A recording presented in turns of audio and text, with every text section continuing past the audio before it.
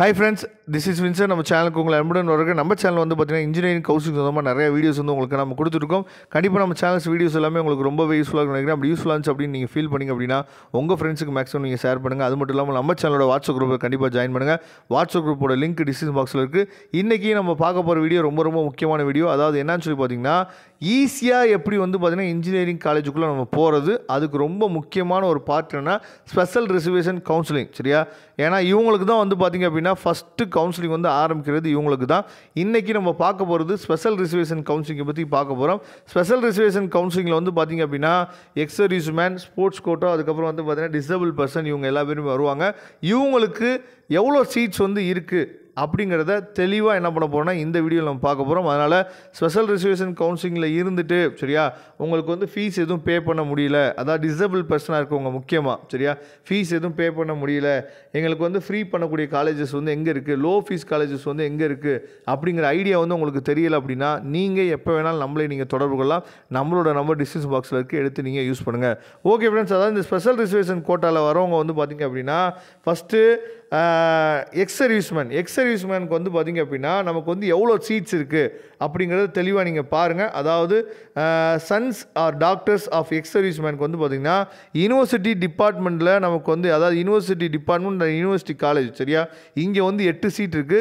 Government and government aided college வந்து பார்த்திங்கன்னா 34 seat இருக்குது. செல்ஃப் ஃபைனான்சிங் காலேஜில் 108 சீட் இருக்குது.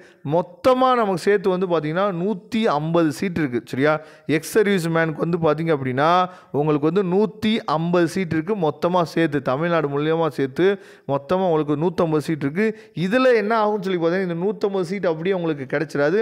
இதுலேயும் வந்து பார்த்திங்க அப்படின்னா நமக்கு வந்து ரிசர்வேஷன் இருக்குது பார்த்தீங்களா, அதாவது என்ன அப்படின்னா 7.5 ரிசர்வேஷன் சொல்லுவாங்க. 7.5னா அதாவது 6th-லேருந்து 12th வரைக்கும் நமக்கு வந்து கவர்மெண்ட் ஸ்கூலில் படித்த பசங்க இருக்காங்கல்ல, அவங்களுக்கு என்னன்னு சொல்லி பார்த்தா அவங்களுக்கு தான் ஃபஸ்ட்டு நடக்கும். அதாவது நீங்கள் வந்து ஸ்பெஷல் ரிசர்வேஷன் கவுன்சிலிங்லே இருந்தாலும் அதுலேயும் வந்து சில பசங்க கவர்மெண்ட் ஸ்கூலில் படிச்சிருப்பாங்க, அவங்களுக்கு தான் ஃபஸ்ட்டு கவுன்சிலிங் நடக்கும். அவங்களுக்கு முடிஞ்ச பின்னாடி தான் ஜென்ரலாக இருக்கக்கூடிய இந்த அதாவது நீங்கள் கவர்மெண்ட் ஸ்கூலில் படிக்காமல் ப்ரைவேட் ஸ்கூலில் படிச்சுப்பீங்க, உங்களுக்கு அதுக்கு அடுத்த கவுன்சிலிங் தான் உங்களுக்கு நடக்கும்.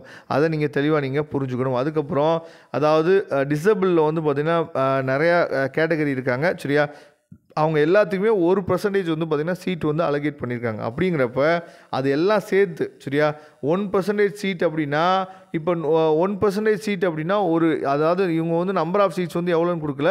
1% சீட் அப்படின்னா இப்போ ஒரு காலேஜில் 100 பேர் படிக்கிறாங்க அப்படின்னா ஒரு ஆள் வந்து பார்த்திங்கன்னா டிசேபிள் பர்சனாக கொடுப்பாங்க. அப்போ ஒரு காலேஜில் 600 பேர் படிக்கிறாங்க அப்படின்னா 6 பேர் வந்து பார்த்திங்க அப்படின்னா டிசேபிள் பர்சனுக்கு என்ன பண்ணுவாங்கன்னா கொடுப்பாங்க சரியா. அதனால தான் என்ன பண்ணுவாங்க சொல்லி டோட்டலாக 1% சொல்லி கொடுத்துறாங்க. அப்போ 1% சீட் அப்படின்னா இப்போ 1,00,000 சீட் இருக்குது அப்படின்னா உங்களுக்கு வந்து பார்த்திங்கன்னா அப்படின்னா உங்களுக்கு வந்து 1000 சீட் வந்து உங்களுக்கு இருக்கும் சரியா. அதனால் டிசேபிள் பர்சனுக்கு நம்பர் ஆஃப் சீட்ஸ் வந்து அதிகமாக இருக்குது.